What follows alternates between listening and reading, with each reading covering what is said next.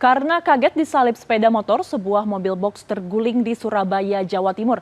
Kejadian ini membuat pengemudi mobil syok. Sementara di Tanjung Pinang, Kepulauan Riau, satu orang menderita luka parah akibat kecelakaan dua mobil Selasa siang. Sejumlah sepeda motor pun rusak akibat dihantam mobil.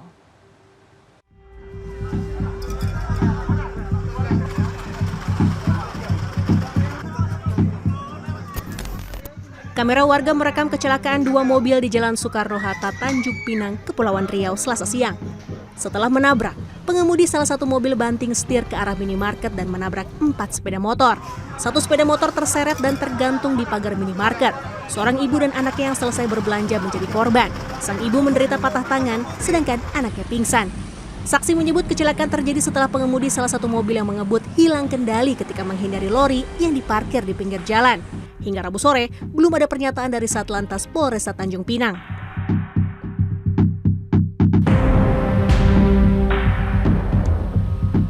Di Surabaya, sebuah mobil box terguling di Jalan Jagir, Wonokromo, Rabu siang. Menurut saksi, sebelum kecelakaan, sopir mobil melaju dari arah Pasar Mangga 2 menuju Jalan Panjang Jiwo. Ketika melintas di lokasi kejadian, ada pengendara sepeda motor tiba-tiba menyalip. Karena kaget, sopir langsung banting setir ke kiri agar tidak menabrak si pengendara sepeda motor. Tetapi pengendara sepeda motor terserempet dan terjatuh, adapun mobil oleng dan terguling.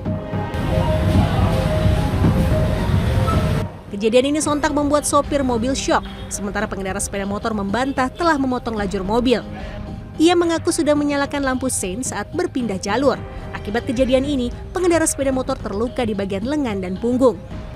Usai memeriksa lokasi kejadian, polisi meminta bantuan mobil krain milik pemadam kebakaran untuk memindahkan mobil yang melintang di tengah jalan. Peristiwa ini sempat berimbas kemacetan.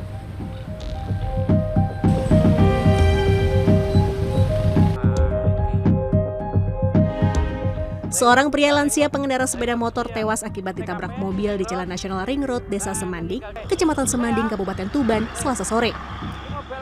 Saksi menyebut saat kejadian, korban yang berusia 59 tahun ini sedang membonceng cucunya yang berusia 1 tahun. Rabu siang, Ibda Eko Sulistiono Kanit Laka Satlantas Polres Tuban menyebut kecelakaan bermula ketika sepeda motor korban melaju dalam kecepatan rendah. Korban yang mengemudikan sepeda motor diduga tiba-tiba belok ke kanan tanpa memperhatikan kondisi lalu lintas. Di saat bersamaan, melaju mobil dari arah belakang dan menabrak kedua korban. Sang cucu yang sempat dirawat di rumah sakit meninggal akibat menderita luka parah. Jenazah kedua korban dibawa ke Rumah Sakit Umum Dr. Kusma Tuban. Tim Liputan, CNN, Indonesia.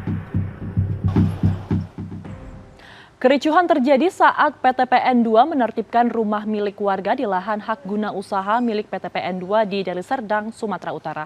Informasinya kami rangkum dengan kehebohan warga Dusun Neglasari, Sumedang yang menemukan 1 kantong plastik uang di pinggir sawah dalam kilas peristiwa.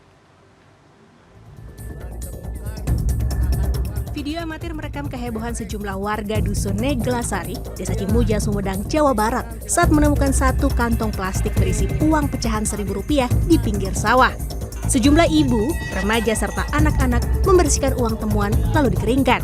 Rabu siang, salah satu warga Caca Ahmad mengatakan uang pecahan Rp1.000 tersebut ditemukan oleh anak-anak yang tengah bermain layang-layang Selasa siang.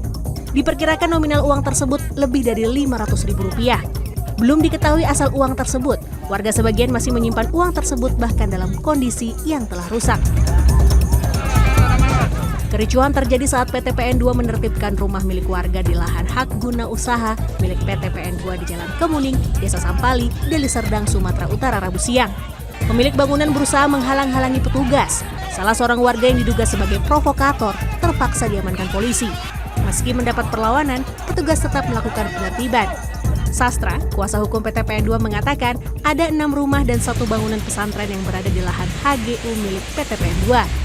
Dan kini baru 3 rumah warga yang ditertibkan. PTPN 2 akan bermusyawarah dengan pengurus Ponpes dan rencananya pesantren akan direlokasi ke tempat lain. Selama 5 bulan terakhir, warga harus menerjang banjir di terowongan wilayah Ciagel, Kecamatan Kibin, Kabupaten Serang, Banten. Banjir yang belum surut ini terjadi sejak proyek pembangunan tol Merak dimulai. Banjir setinggi 50 cm ini berwarna hitam pekat dan berbau menyengat sehingga merepotkan warga yang ingin beraktivitas. Tak jarang, kendaraan roda 2 yang melintasi terowongan pun mogok. Warga mengaku sudah melapor ke Dinas PUPR dan pemerintah daerah, namun belum ada tindak lanjut. Tim Liputan, CNN Indonesia.